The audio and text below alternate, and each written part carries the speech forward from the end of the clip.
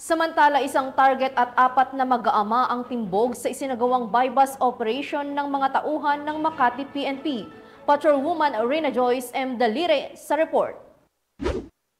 Timbog ang isang babae kabilang ang mag-aama sa kinasang bypass operation ng Makati Station Drug Enforcement Unit sa bahagi ng Barangay Olympia, Makati City mag-aalas 6 ng hapon kahapon lamang. Sa tulong ng Substation 1 ng Makati PNP, naaresto ang target sa operasyon na si alias Chanda, 49 anyos. Kasama ang padre de pamilya na si alias Toto, 47 anyos, na karelasyon ni alias Chanda.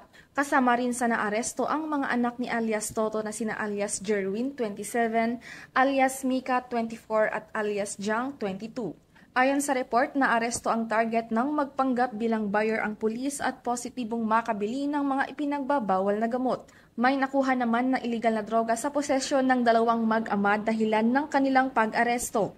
Nasabat ang 6 na plastic sachet ng umano'y shabu na may bigat na 50 gramo at may halagang 102,000 pesos. Nakumpiska rin ang marked money, isang glass tube pipe, pitaka at cellphone.